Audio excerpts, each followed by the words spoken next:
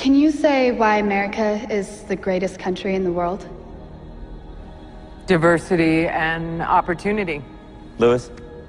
Freedom and freedom. So let's keep it that way. Well, why is America not the greatest country in the world, Professor? That's my answer. You're saying... Yes. Tell students that America is so star-spangled awesome that we're the only ones in the world who have freedom. Canada has freedom. Japan has freedom.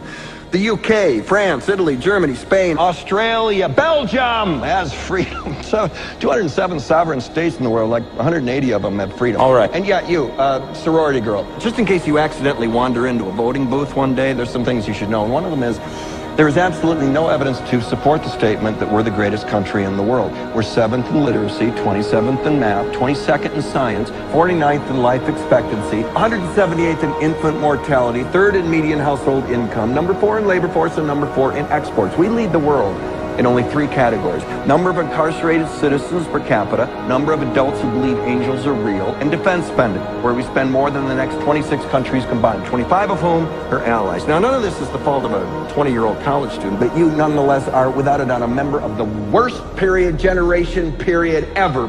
So when you ask what makes us the greatest country in the world, I don't know what the fuck you're talking about. Yosemite?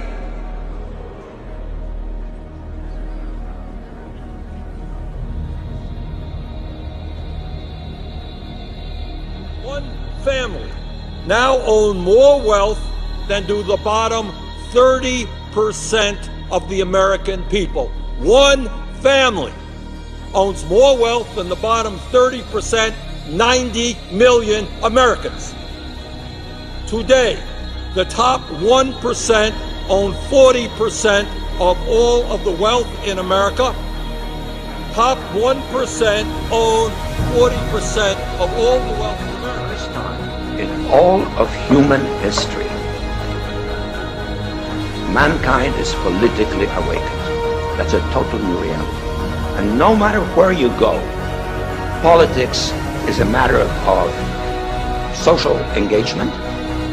And most people know what is generally going on in the world, and are consciously aware of global iniquities, inequalities, lack of respect, exploitation. The affirmative task we have now is to actually create a new world order.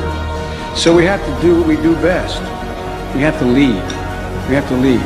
We have to update the global rules of the road. We have to do it in a way that maximizes benefits for everyone, because obviously it's overwhelmingly in our interest. This is not a zero-sum game. It's overwhelmingly in our interest that China prosper, that Mongolia prosper, that nations big and large, East and West, in Latin America and in Africa prosper. Because, you know that old expression, they asked Willie Sutton why he robbed banks, he said, that's where the money is. We want everybody to have a little money. Orwell famously said that he who controls the present controls the past, and he who controls the past controls the future. And that is because of the vital role that history plays in deciding our interpretation of what is happening in the world. The US National Archives censored all searches to the word WikiLeaks. Following that revelation, we looked closely to what else was going on. And in fact, as Kristen said, from 2006, it became apparent that the US National Archive had reverse classification of over 55,000 pages of material. That a great analysis done by the National Security Archives, a group run out of George Washington University. Imagine for a moment that somewhere in the middle of Texas there was a large foreign military base, say Chinese or Russian. Imagine that thousands of armed foreign troops were constantly patrolling American streets in military vehicles.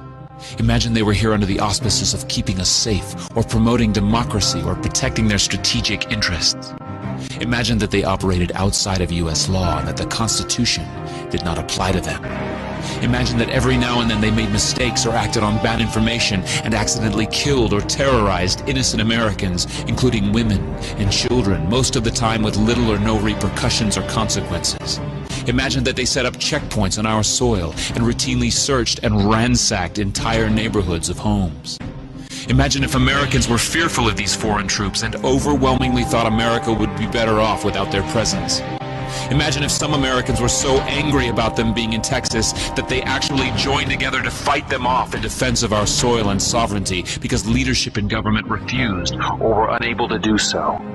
Imagine that those Americans were labeled terrorists or insurgents for their defensive actions and routinely killed or captured or tortured by the foreign troops on our land.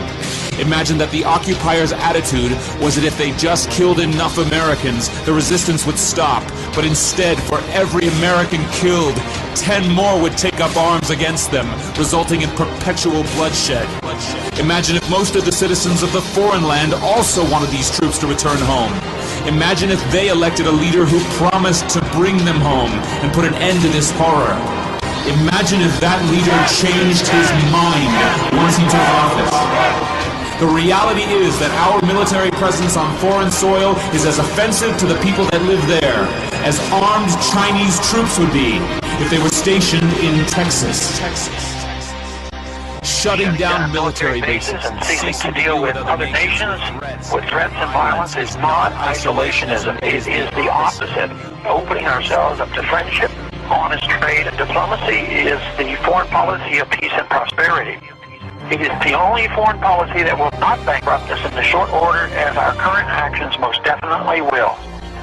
I share the disappointment of the American people in the foreign policy rhetoric coming from the administration. The sad thing is, our foreign policy will change eventually, as Rome's did, when all budgetary and monetary tricks to fund it are exhausted.